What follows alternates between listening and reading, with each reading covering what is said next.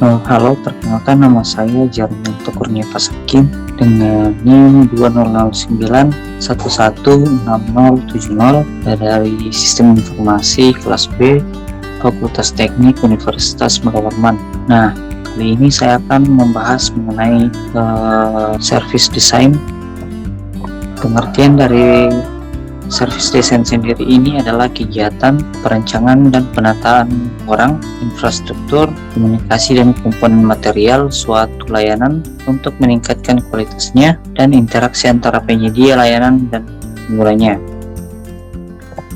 Nah, hal-hal yang harus diperhatikan apabila ingin membangun layanan TI. Yang pertama, memahami proses-proses bisnis yang akan didukung oleh layanan TI.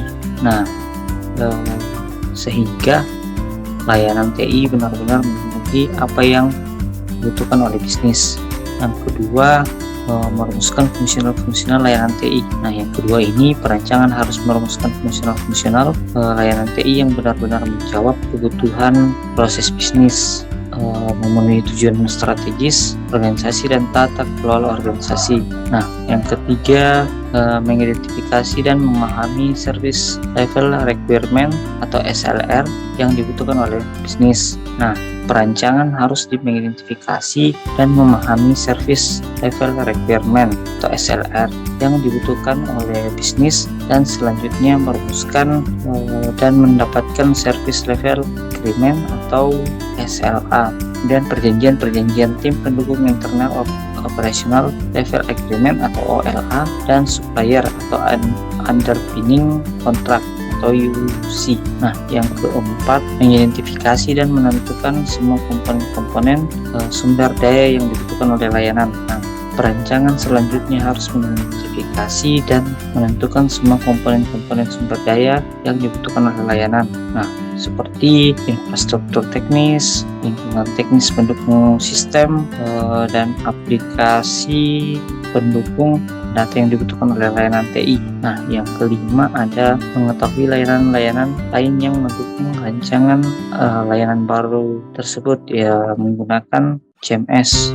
Perancang juga perlu mengetahui layanan-layanan lain yang mendukung rancangan layanan baru tersebut ya menggunakan CMS agar melalui proses service level, manajemen dan supplier manajemen dan memastikan tingkat layanan yang dibutuhkan. Nah, yang keenam, mendokumentasikan proses-proses manajemen layanan TI. Nah, seluruh proses-proses manajemen layanan TI harus didokumentasikan dan dikomunikasikan kepada pihak-pihak yang berkepentingan. Lanjut ke manfaat dari sistem desain.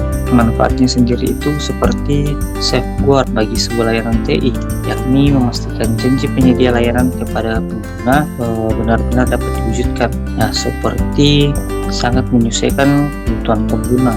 Kedua, tidak melebihi kemampuan penyedia layanan dan pengguna. Yang ketiga, kualitas layanan benar-benar dapat dijaga. Dan yang terakhir, mengelola harapan pengguna. Lanjut pada produk utama service design, yaitu Service Design Package atau SDP, yang mana sebuah paket dokumen yang memberikan informasi detail tentang semua aspek desain layanan TI dan alasan kebutuhan untuk mewujudkannya atau requirement. Nah, lanjut pada poin ini merupakan gambaran dari Service Design Package atau SDP. Nah, yang berikut ada service katalog. Service katalog sendiri merupakan sebuah basis data atau dokumen terstruktur yang mudah dimengerti yang berisi semua layanan TI yang sedang beroperasi saat ini dan yang sudah siap diimplementasikan. Service katalog juga merupakan satu-satunya bagian dari service portfolio yang diterbitkan untuk dapat diakses pelanggan untuk mendukung proses penjualan dan penyampaian layanan TI. Nah, lanjut pembahasan terakhir saya ada service level management. Yang pertama ada SLR atau service level requirement yang merupakan pernyataan kebutuhan atau permintaan pelanggan tentang layanan TI yang harus dipenuhi penyedia layanan yang didokumentasikan sebelum SLA disetujui. SLR sendiri adalah dokumen awal negosiasi tingkat layanan antara penyedia layanan dengan pelanggan. Yang kedua ada SLA atau Service Level Agreement, merupakan kesepakatan tertulis antara penyedia layanan TI dan pelanggan. Nah, pertama pelanggan eksternal. SLA berisi informasi tentang layanan TI, dokumentasi target, tingkat layanan, dan tanggung jawab masing-masing antara penyedia layanan TI dan pelanggan.